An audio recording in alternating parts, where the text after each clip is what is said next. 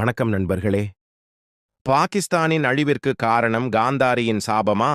இன்றைய வீடியோவில் காந்தாரியின் சாபத்தால் இன்று பாகிஸ்தான் துன்பத்தை அனுபவித்துக் கொண்டிருக்கிறது. இதற்கு காரணம் என்னவென்பதை முழுமையாக இந்த காணொளியை பார்த்து தெரிந்து கொள்வோம். இந்த காணொளி பாகிஸ்தான் துன்பத்திற்கு யார் காரணம் என்பது பற்றிய முழு தகவலையும் உங்களால் தெரிந்து கொள்ள முடியும். ஒரு தாய் தனது 100 பிள்ளைகளை இழந்தவளாக சபித்தாள்.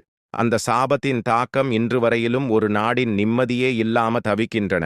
இது உண்மையா அல்லது கற்பனையா? நண்பர்களே, இது ஒரு புராணக் கதையாக தோன்றலாம். ஆனால் இதற்குள் மறைந்திருக்கும் வரலாற்று உண்மைகள், அரசியல் பின்னணிகள், புவியியல் அமைப்புகள் அனைத்தும் சேரும்போது ஒரு நாட்டுக்கே சாபமாக மாறும் கதையை இப்போது நான் உங்களிடம் சொல்லப் போகிறேன். இதன் ஆரம்பம் மகாபாரத காலத்தில். காந்தாரியின் சாபம். காந்தாரி என்பது வெறும் ஒரு பெயர் அல்ல, அது ஒரு நாட்டு பெயர். அந்த நாட்டைச் சேர்ந்தவள்தான் காந்தாரி. இன்றைய ஆப்கானிஸ்தானிலும் பாகிஸ்தானிலும் பரந்திருந்த அந்த பகுதி அந்த காலத்தில் காந்தாரம் என்று அழைக்கப்பட்டது. அதனால்தான் அவர் பெயருடன் காந்தாரி என்ற பட்டம் வந்தது. மகாபாரத போர் ஒரு பேரழிவு. மகாபாரத போரின் போது குருவம்சம் முற்றிலுமாக அழிந்தது. ஆனால் அது மட்டுமல்ல, யார் யாரெல்லாம் அந்த போரில் பங்கேற்றார்களோ அவர்கள் நாட்டுக்கும் விளைவுகள் ஏற்பட்டது. ஆனால் எல்லாவற்றுக்கும் மேலாக ஒரு தாயின் சாபம் மட்டும் நாளடைவில் ஒரு நாட்டு நிம்மதியையே சுருட்டி எடுத்துவிடும் என்பதற்கு எடுத்துக்காட்டு காந்தாரியின் சாபம்.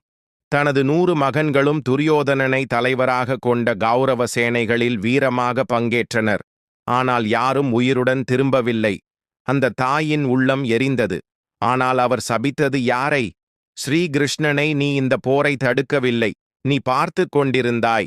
எனவே உன் யாதவ வம்சம், உன் மக்கள் தங்களுக்குள் சண்டையிட்டு அழிந்துவிடட்டும் என்றார்.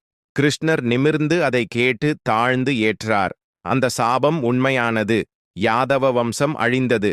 துவாரகா கடலில் மூழ்கியது. கிருஷ்ணனும் தனக்கே வாயாக ஒரு வேல் குத்தத்தால் இறந்தார். ஆனால் அந்த சாபம் இதிலேயே முடிந்ததா? இல்லை. அந்த சாபத்தின் தாக்கம் ஒரு பகுதிக்கு சென்றது. அதுதான் காந்தார நாடு. அந்த நாடு காந்தாரியின் சொந்தமா? ஆம். அந்த சாபம் நேரடியாக அவரது சொந்த நாட்டை ஒட்டியிருந்ததா?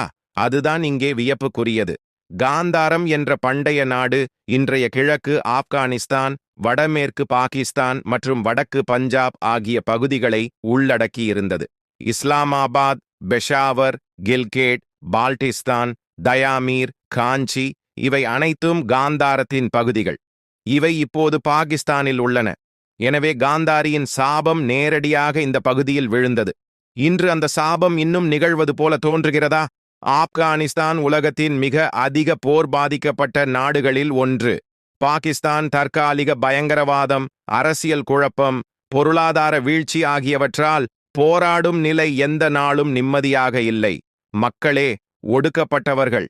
ஏன் இவ்வளவு துன்பம் ஒரே பகுதியில் மட்டும்? இதற்கு ஒரு ஆன்மீக விளக்கம் தருபவர்கள் காந்தாரியின் சாபத்தை முன்னிறுத்துகிறார்கள். இது ஒரு புராணமா அல்லது வரலாறா? இது இரண்டையும் இணைத்து கொண்ட உண்மை. மகாபாரதம் என்பது வெறும் புராணம் அல்ல. அதில் அடங்கியுள்ள புவியியல் விவரங்கள், வரலாற்று நகரங்கள், பழைய நாகரீகங்கள் அனைத்தும் இன்று ஆர்கியாலஜிக்கல் ஆதாரங்களால் நிரூபிக்கப்பட்டுள்ளன. அதேபோல் காந்தாரமும் ஒரு உண்மை. அதற்கு சாபம் கிடைத்தது என்ற நம்பிக்கை ஒரு தத்துவத்தோடு உணர்வோடு வளர்ந்தது. இப்போது கேள்வி, பாகிஸ்தானுக்கு நிம்மதி ஏன் கிடைக்கவில்லை?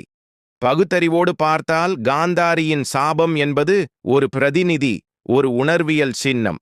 அது காட்டுவது என்னவென்றால், அநியாயத்திற்கு எதிரான தாயின் சத்தமிடல். ஒரு தாய் தனது தாயகத்திற்கு திரும்பிய பின் அது அழிவை சந்தித்தது. ஒரு கோபம், ஒரு சாபம் ஒரு நாட்டின் வரலாற்றை மாற்றிவிடும். பாகிஸ்தான் மட்டுமில்லை, காந்தாரத்தை சேர்ந்த எந்த நாட்டும் புதிய வளர்ச்சியும் நிலையான நிம்மதியும் இன்று வரை கண்டதில்லை. காந்தாரியின் குரல், எனது பிள்ளைகள் அனைத்தையும் இழந்தேன், என் நாட்டு மக்களும் இதே துன்பத்தை அனுபவிக்கட்டும் என்ற சாபம் இன்னும் வானத்தில் ஒலிக்கிறது. இது ஒரு கதை மாதிரி இருக்கலாம், ஆனாலும் அதன் தாக்கம் ஒரு நாட்டின் வரலாற்றையே எழுதிவிட்டது. அந்த சாபத்தின் புள்ளி வரைபடத்தை நீங்கள் இப்போது தெரிந்து கொண்டீர்கள்.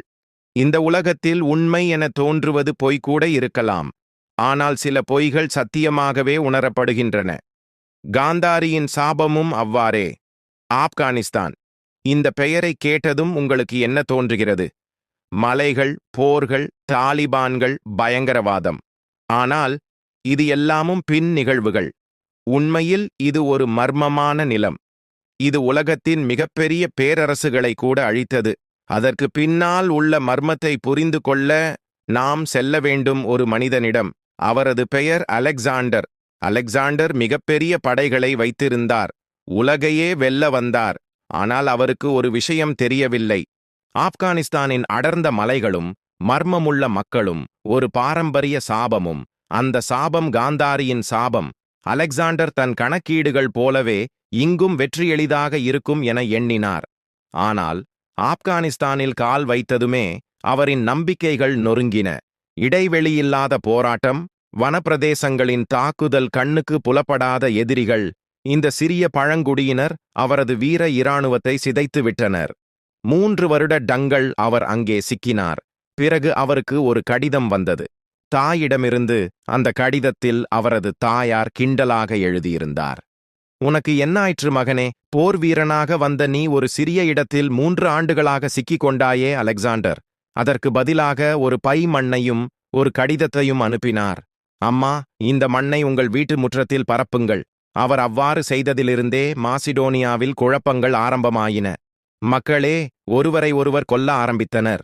சமூக கட்டமைப்பே இடிந்து விழுந்தது. இதன் பிறகு ஒரே ஒரு வரி மக்கள் மத்தியில் மரபாக மாறியது.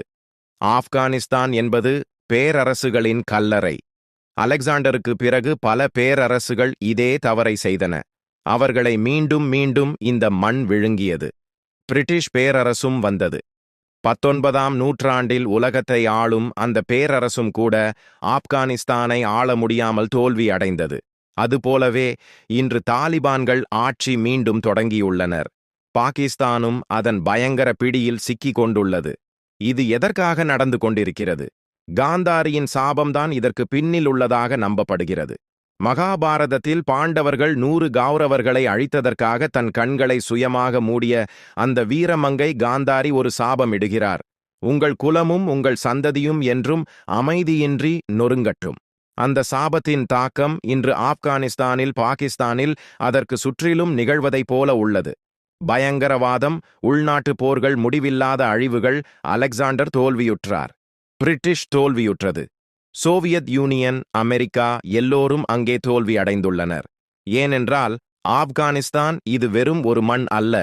இது ஒரு சாபத்தால் நிரம்பிய மண். நீங்கள் என்ன நினைக்கிறீர்கள்? இந்த சாபம் உண்மையில் இயற்கையா? இல்லையெனில் காந்தாரியின் கோபமா? இந்த பதிவு பிடித்திருந்தால் லைக் செய்து நமது சேனலை சப்ஸ்கிரைப் செய்து கொள்ளுங்கள். நன்றி, வணக்கம்.